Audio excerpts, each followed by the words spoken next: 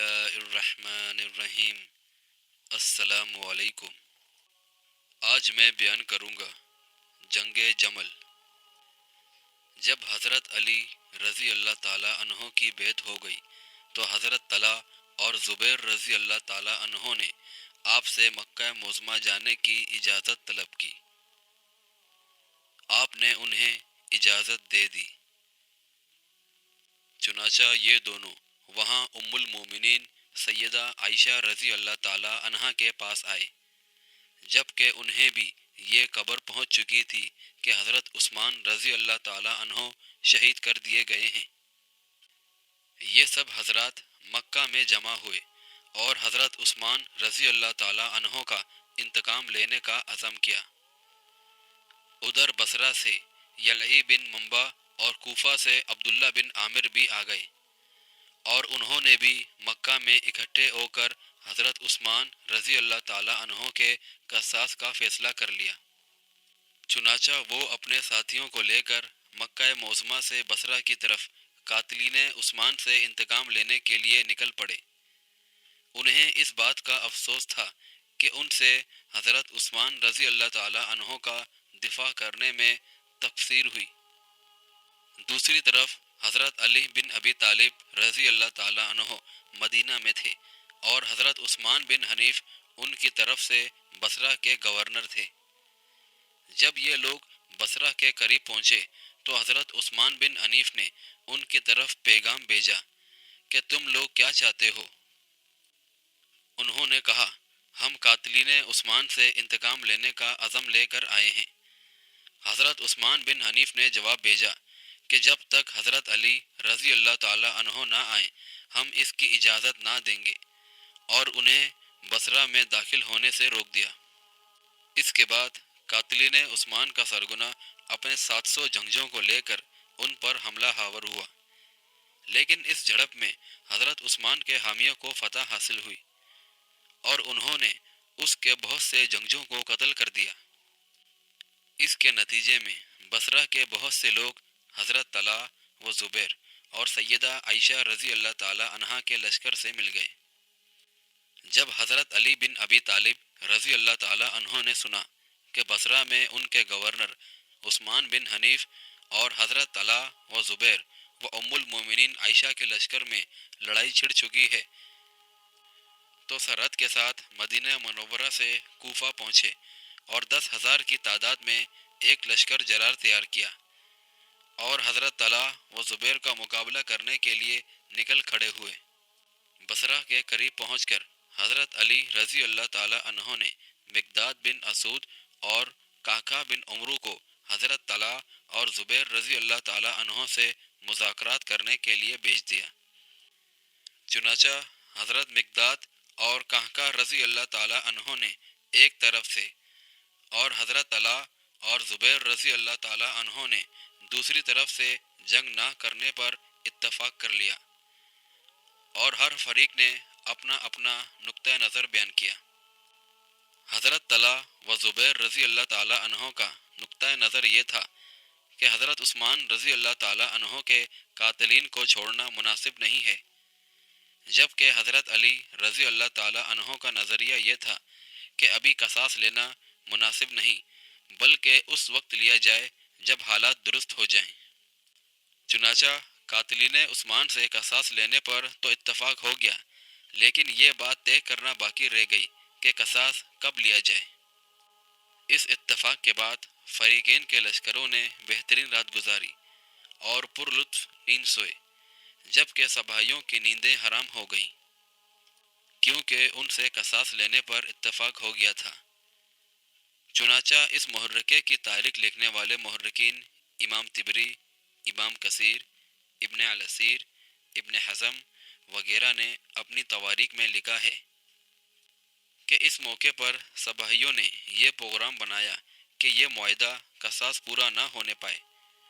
چنانچہ سحری کے وقت جب لوگ سوئے ہوئے تھے کہ صباحیوں کے ایک جتھے نے حضرت طلحہ و زبیر رضی اللہ تعالیٰ عنہ کے لشکر پر حملہ کر دیا اور کچھ افراد کو قتل کر کے بھاگ گئے، جبکہ طلحہ رضی اللہ تعالیٰ عنہ کے لشکر نے سمجھا کہ حضرت علی رضی اللہ تعالیٰ عنہ نے ان سے بد عہدی کی ہے، اس لیے انہوں نے بھی حضرت علی رضی اللہ تعالی عنہ کے لشکر پر تیر اندازی شروع کر دی، اور ادھر حضرت علی رضی اللہ تعالی عنہ کے لشکر نے یہ سمجھ کر کہ حضرت طلحہ و زبیر رضی اللہ تعالی عنہ کے لشکر نے بد عہدی کی ہے، جواباً تیر اندازی شروع کر دی۔ چنانچہ دوپہر تک دونوں فریق ایک دوسرے پر تیر پھینکتے رہے۔ اس کے بعد گھمسان کا رن پڑا۔ دونوں لشکروں کے بڑوں نے جنگ روکنے کی بڑی کوشش کی لیکن کامیاب نہ ہو سکے۔ حضرت طلحہ رضی اللہ تعالیٰ عنہ بار بار کہتے، اے لوگوں میری بات سنو، لوگوں تم خاموش کیوں نہیں ہوتے؟ لیکن وہ کسی کی نہ سنتے تھے۔ چنانچہ حضرت طلحہ رضی اللہ تعالیٰ عنہ نے افسوس سے فرمایا، یعنی افسوس کہ لوگ جنگ میں یوں کود رہے ہیں جیسے شیرے میں لالچی مکھیاں اور آگ میں ہمک پتنگے گرتے ہیں۔ دوسری طرف حضرت علی رضی اللہ تعالیٰ عنہ بھی اپنے لشکر کے لوگوں کو روکتے رہے لیکن ان کی بھی نہیں سنی جا رہی تھی۔ آخر ام المومنین حضرت عائشہ صدیقہ رضی اللہ تعالیٰ عنہا نے لڑائی روکنے کے لیے کعب بن مسعور کو مصحف شریف دے کر بھیجا، مگر صباحیوں نے اس پر بھی تیر پھینکنا شروع کر دیے، حتیٰ کہ انہیں شہید کر ڈالا۔ بہرحال معرکہ جمل حضرت علی رضی اللہ تعالیٰ عنہ کی خلافت کی ابتدا میں 36 ہجری میں ظہر کے بعد شروع ہوا اور اسی دن سورج غروب ہونے سے پہلے ختم ہو گیا۔ حضرت علی رضی اللہ تعالیٰ عنہ کے لشکر کی تعداد 10,000 تھی اور اہل جمل کی تعداد 5,000 یا 6,000 کے درمیان تھی۔ حضرت علی رضی اللہ تعالیٰ عنہ کے لشکر کا جھنڈا محمد بن علی بن ابی طالب اور ابن الحنیفہ کے ہاتھ تھا، اور اہل جمل کا جھنڈا حضرت عبداللہ بن زبیر رضی اللہ تعالیٰ عنہ کے پاس تھا۔ اس دن بہت سے مسلمان مارے گئے۔ اللہ تعالیٰ نے اس فتنے سے ہماری تلواروں کو سلامت رکھا۔ ہم اللہ تعالیٰ سے ان کی مغفرت اور ان کے لیے خوشنودی کا سوال کرتے ہیں۔ اس معرکے میں حضرت طلحہ، حضرت زبیر، حضرت محمد بن طلحہ السجاد رضی اللہ تعالیٰ عنہ شہید ہوئے۔ حضرت زبیر رضی اللہ تعالیٰ عنہ اس جنگ میں شریک نہیں ہوئے تھے اور نہ ہی حضرت طلحہ رضی اللہ تعالیٰ عنہ، کیونکہ جب حضرت علی مرتضیٰ رضی اللہ تعالیٰ عنہ نے حضرت زبیر کو دیکھا تو فرمایا، کیا آپ کو یاد ہے کہ اللہ کے پیارے رسول صلی اللہ علیہ وآلہ وسلم نے تم سے کہا تھا کہ تم مجھ سے لڑو گے اور تمہارا یہ فعل علی کے حق میں ظلم ہوگا۔ چنانچہ حضرت زبیر واپس پلٹ گئے اور جنگ میں شریک نہ ہوئے۔ اتنی بات تو صحیح ہے کہ آپ نے جنگ نہ لڑی، لیکن کیا واقعی ان کے اور حضرت علی رضی اللہ تعالیٰ عنہ کے درمیان یہ گفتگو ہوئی؟ اصل حقیقت تو اللہ ہی جانتا ہے، لیکن اس روایت کی سند مضبوط نہیں، لیکن کتب تاریخ میں بہت مشہور ہے کہ اس سے زیادہ مشہور بات یہ ہے کہ حضرت زبیر رضی اللہ تعالیٰ عنہ اس معرکے میں شریک نہیں ہوئے اور آپ ابن جرموز نامی شخص کے ہاتھوں دھوکے سے شہید ہوئے۔ حضرت طلحہ رضی اللہ تعالیٰ عنہ لوگوں کو لڑائی سے روکتے پھرتے تھے کہ آپ کو اپنے پاؤں کے پرانے زخم پر کوئی اجنبی تیر لگا تو آپ اس صدمے سے اللہ کو پیارے ہو گئے۔ اس معرکے میں ام المومنین سیدہ عائشہ صدیقہ کا اونٹ ان کے لشکر کا علامتی نشان تھا اور ناموس رسالت کے فدائی اس کی حفاظت کے لیے اپنی جانوں پر کھیل رہے تھے، اور جب تک اونٹ نہ گرا اس وقت تک یہ معرکہ گرم رہا اور بہت سے لوگ اس کی حفاظت کرتے ہوئے مارے گئے۔ جب اونٹ گر پڑا تو معرکہ تھم گیا اور حضرت علی رضی اللہ تعالیٰ عنہ فتح یاب ہوئے، مگر حقیقت میں کوئی بھی فتح یاب نہیں ہوا، کیونکہ اس معرکے میں اسلام اور مسلمانوں کا نقصان ہوا۔ جب یہ جنگ ختم ہوئی تو حضرت علی رضی اللہ تعالیٰ عنہ مقتولین کے درمیان پھرنے لگے۔ جب آپ نے حضرت طلحہ بن عبید اللہ کو پایا تو انہیں اپنی گود میں بٹھا کر ان کے منہ سے مٹی صاف کرتے ہوئے فرمایا، اے ابو محمد، تیرا آسمان کے تاروں تلے مٹی پہ لت پت ہونا مجھ سے دیکھا نہیں جاتا۔ اس کے بعد آپ رو دیے اور فرمایا، کاش کہ میں 20 سال قبل فوت ہو چکا ہوتا۔ جن صحابہ کرام نے اس جنگ میں شمولیت کی وہ سب کے سب اس واقعے پر پریشان ہوئے۔ حضرت علی رضی اللہ تعالی عنہ کا بھی یہی حال تھا کہ جب انہوں نے محمد بن طلحہ کو مقتولین میں پایا تو رو دیے۔ محمد بن طلحہ کو کثرت عبادت کی وجہ سے سجاد کا لقب دیا گیا تھا۔ بہرحال حضرت علی رضی اللہ تعالی عنہ مصلحت اور مفسدہ کو مد نظر رکھتے تھے۔ انہوں نے دیکھا کہ مصلحت کا تقاضا یہ ہے کہ قصاص کو محکر کر دیا جائے، اس لیے انہوں نے قصاص کو محکر کر دیا تھا لیکن ترک نہیں کیا تھا۔ حضرت علی رضی اللہ تعالی عنہ نے بھانپ لیا تھا کہ قصاص میں جلدی کی بجائے دیر کرنے میں فساد بہت کم ہوگا، بلکہ در حقیقت آپ رضی اللہ تعالی عنہ قاتلین عثمان کو فوری طور پر قتل کرنے پر قادر ہی نہ تھے۔